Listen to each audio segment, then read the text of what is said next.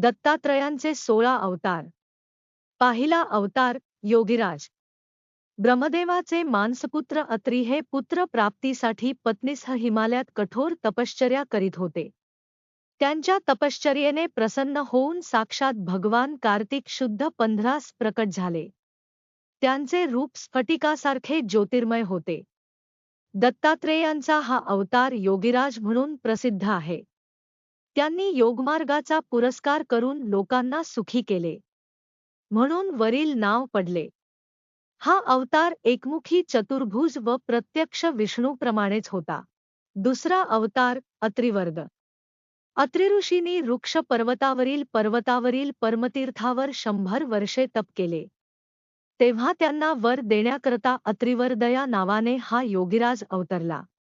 ब्रह्मा, विष्णू व महेश हे तिन्ही देव या तपाच्या वेळी अत्रीपुढे प्रकट झाले. आप एकाचेच ध्यान करतो आहोत. मग हे तिघेजण कसे प्रकट झाले याचे आश्चर्य अत्रींना वाटले. तेव्हा ते म्हणाले, तू ज्या एकाचे ध्यान करीत आहेस तोच आम्हा तिघात आहे. या अत्रिवरदाचे रूप तप्त सुवर्णकांतीप्रमाणे तेजस्वी, हस्तमुख व शंभुज होते. जन्म कार्तिक कृष्ण प्रतिपदा. तिसरा अवतार दत्तात्रेय. अत्रिवरदाने अत्रि ऋषींना वर मागण्यास सांगितले. तेव्हा तुमच्यासारखाच पुत्र असावा असा वर अत्रींनी मागितला. त्यावर तथास्तु म्हणून बालरूपातील आपले स्वरूप त्यांनी प्रकट केले. ते दिगंबर रूप मदनासारखे सुंदर व नीलमण्यासारखे तेजस्वी होते. मुख चंद्राप्रमाणे व हात 4 होते. हाच दत्तात्रेयांचा दत्तात्रेय नामक तिसरा अवतार. जन्म कार्तिक कृष्ण 2. अवतार चौथा कालाग्रीष्मन. यानंतर आपणांस औरस पुत्र असावा म्हणून अत्रि ऋषी पुन्हा तप करू लागले. या उग्र तपाने त्यांच्या शरीरात कालाग्नी प्रकट झाला व त्याचा दाह होऊ लागला. तेव्हा याचे शमन करण्यासाठी भगवान शीतल रूप घेऊन प्रकट झाले. म्हणूनच यास कालाग्निष्मन हे नाव पडले. जन्म मार्गशीर्ष शुद्ध 15. अवतार पाचवा योगीजन वल्लभ. या कालाग्निष्मनाच्या दर्शनास देव, ऋषी, गंधर्व, यक्ष व किन्नर जमा झाले. तेव्हा दत्तात्रेयांनी आपल्या बालरूपाचा त्याग करून योगीजनांना प्रिय असे रूप धारण केले. हे अवतार योगीजन वल्लभ ह्या नावाने प्रसिद्ध आहे. जन्म मार्गशीर्ष शुद्ध 15.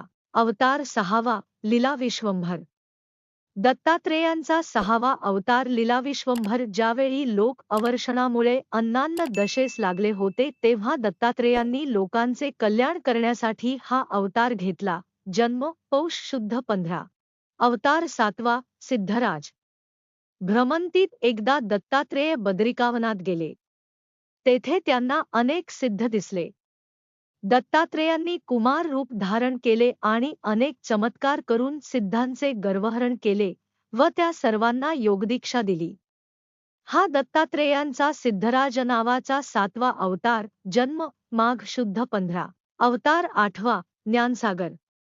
सिद्धीला कामनेची जोड नसावी हे पटवण्यासाठी दत्तात्रेयांनी रूपातीत, गुणातीत, ज्ञानयोगमुक्त असे सहजस्थितीतील ज्ञानसागर नावाचे रूप धारण केले. जन्म फाल्गुन शुद्ध 10. अवतार नववा विश्वंभरावधूत. पुढे आणखी एकदा सिद्धांना बोध देण्यासाठी दत्तात्रेयांनी विश्वंभरावधूत या नावाचा 9वा अवतार घेतला व योगीजनांना बीजाक्षर मंत्रांचा उपदेश केला. जन्म चैत्र शुद्ध 15. अवतार 10वा मायामुक्तावधूत. भक्तांच्या अंतःकरणातील प्रेम व श्रद्धा दृढ करण्यासाठी दत्तात्रेयांनी मायामुक्तावधूत या नावाचा 10वा अवतार घेतला. जन्म वैशाख शुद्ध 14. अवतार 11वा मायायुक्तावधूत.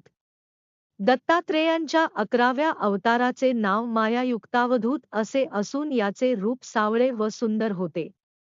मांडीवर एक सुंदर स्त्री घेऊन मद्य व मांस यांचे भक्षण सुरू होते. ही योगमाया होती. जन्म ज्येष्ठ शुद्ध 13. अवतार 12वा आदिगुरु. दत्तात्रेयांचा 12वा अवतार आदिगुरु या नावाने प्रसिद्ध आहे.